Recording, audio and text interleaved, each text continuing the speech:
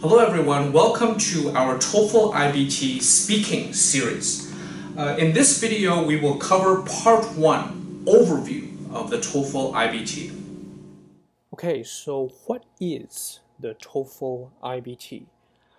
The first thing that you should know is that the TOEFL stands for Test of English as a Foreign Language.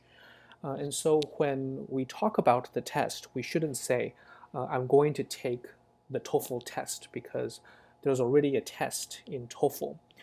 You'll hear people say, I need to take the TOEFL, I'm going to take the TOEFL, and so now you know. The IBT stands for Internet-Based Test, which means when you sit down in the space in front of the computer, your exam comes to you through the internet. This is different from the CBT, the computer-based test, where they download the questions or they put the questions on the computer first. It no longer exists. There's no longer a computer-based test version of the TOEFL. However, there still is a paper-based test, but only in some select countries where internet is not as popular or as available. But here in Taiwan, for the most part, I know that almost all of us, I think maybe all of us, take the IBT, the internet-based test. And so this is the version that we'll be talking about in this series.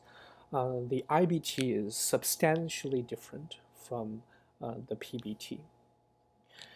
One of the things that you should know, since that the TOEFL is about foreign language, testing foreign language, it is tailored for non-native English users. So people like you, people like me. So what is the TOEFL IBT for, or who takes the TOEFL IBT? For the most part, the TOEFL is taken by people who want to study in the United States in higher education. So that means college, university, graduate school, master's programs, doctoral programs, etc. And most programs will require you to take the TOEFL, but not all programs will. There are some programs that will allow you to use the IELTS or some other proficiency test. There are also some programs that will have their own English test that you will need to take. So make sure that you know what your program requires. If you are, of course, in Taiwan as a university student and you want to be an exchange student in the United States, there's a good chance that you will be required to take the TOEFL. There are also some cases in which certain employers will require you to take the TOEFL if you want to apply for an international internship or some other job positions. Particularly if English is not your first language, which means you didn't grow up in an English-speaking country. They will require you to prove that you can use TOEFL. You can use English well. But for the most part, TOEFL is used in education.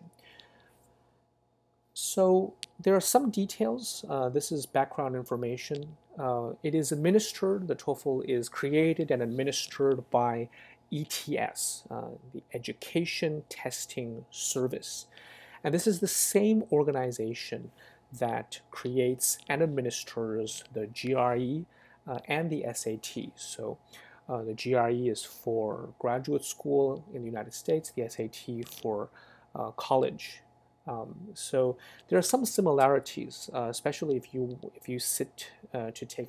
take the GRE, you'll notice that there are many similarities in the way the test feels, the way it looks, and your experience of taking it will be somewhat similar.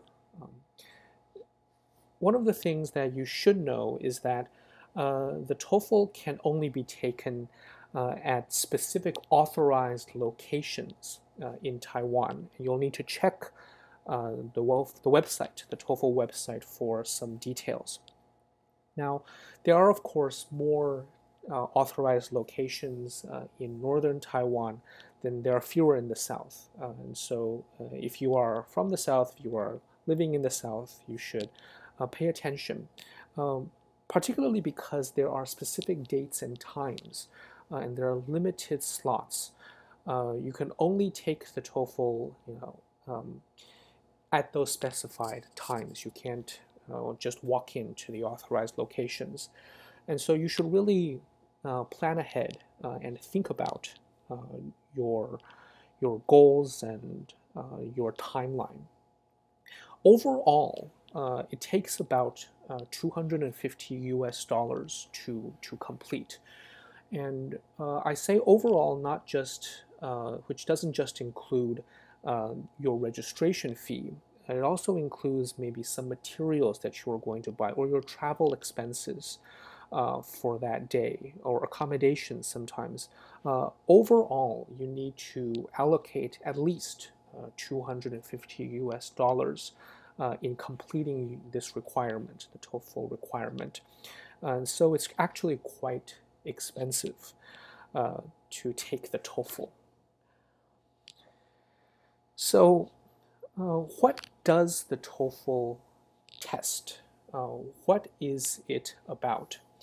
The most succinct description is that it tests your English skills within common academic-related contexts.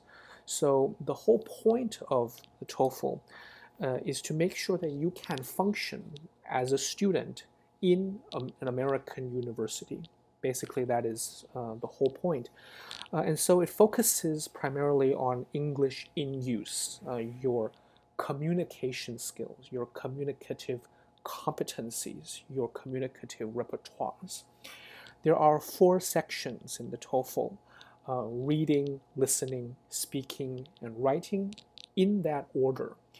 You will be given a short break between listening and speaking. So from your input to your output, there will be a short break in between of about 10 minutes. But it takes 4 hours to administer and sit, which means you need to complete everything in one sitting. There's no breaking it up into 2 days. It has to be completed all at once. It's extremely tiring, actually, once you finish taking the test. Okay, so how is the TOEFL IBT scored? So the total score that you can receive for the TOEFL IBT is 120 points. There are 4 sections, so each section is worth 30 points.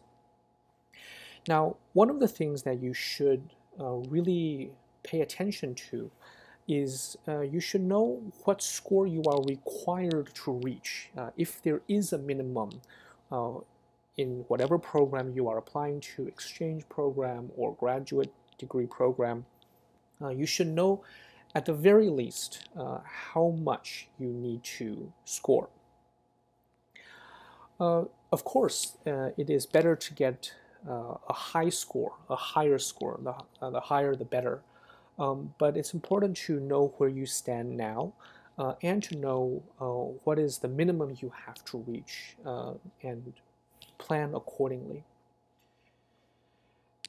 The skills that you will be tested on, we mentioned reading, writing, speaking, and listening. We mentioned academic contexts, but what does that mean? So let me list a few English skills for you to think about and how well you can do these things in English. So the TOEFL will test your abilities to effectively listen to lectures, and not just lectures, but also conversations that take place in academic settings. It will test your abilities to read college-level textbooks and articles, The TOEFL doesn't specify what kind of content, so it could be humanities, social sciences, natural sciences, but as long as you have a basic grasp of English, academic English, you should be able to read these textbooks and these articles. It will test your ability to take notes effectively. You're allowed to take notes during the test, which is different from, for instance, the TOEIC, as I understand. You can take notes during the TOEFL. It will test your ability to summarize the ideas or the opinions of others. How well can you comprehend and then summarize? And in turn, how well you express yourself. Can you express your own ideas and opinions effectively for other people to understand you? And finally, it will test your abilities in integrating across different models and skills. And what I mean by this is you will have to be able to read and then listen and integrate these with your speaking and writing. So there are integrated tasks. In both the speaking and the writing. You'll need to listen, you'll need to read, and then you'll need to demonstrate your production skills. And so integration of different abilities is also something important for the TOEFL. So I have 3 pieces of advice to give to you, 3 closing thoughts before we move on to the next video. Maybe at this point you feel overwhelmed by all the things that are tested on the TOEFL. Maybe you feel anxious about the integrated tasks. Maybe you feel very confident, which is great. But there are a few closing thoughts, a few pieces of advice that I would like you to take from this video before we talk more specifically about speaking. The first thing is the TOEFL iBT is extremely structured. The way the questions are asked is very, very predictable. And so you can definitely practice and improve your score. Practice will make perfect. It's not a lost cause by any means. However, you have to remember that pronunciation and vocabulary and grammar, although they are not specific sections in the test that test these things, it's still important to get a grip on your basic skills, your basic English skills. So if you feel like your pronunciation isn't that clear, you can definitely practice. If you feel that you have some room to improve your vocabulary or your grammar, before you start tackling the academic skills, before you start tackling the specific questions on the TOEFL, it's a good thing to brush up on these things. Okay, so remember that all of these matter when you deal with the TOEFL. The last thing that I want to say is preparing and taking the TOEFL is expensive and it's really, really exhausting. And so you really should prepare well. And what I mean by preparing well is not just preparing your English abilities, your test-taking skills. It also means to take care of yourself and be ready for test day. Make sure that you are healthy and, for the most part, happy. It will help improve your score. It will keep your performance well if you are prepared. So practice beforehand and don't stress out too much. These are the 3 things that I wanted to share with you. So thank you all very much for watching this video. I hope that you have some general ideas now of the TOEFL iBT. In the next video, we will cover specifically the 6 tasks that you have to deal with in the speaking section.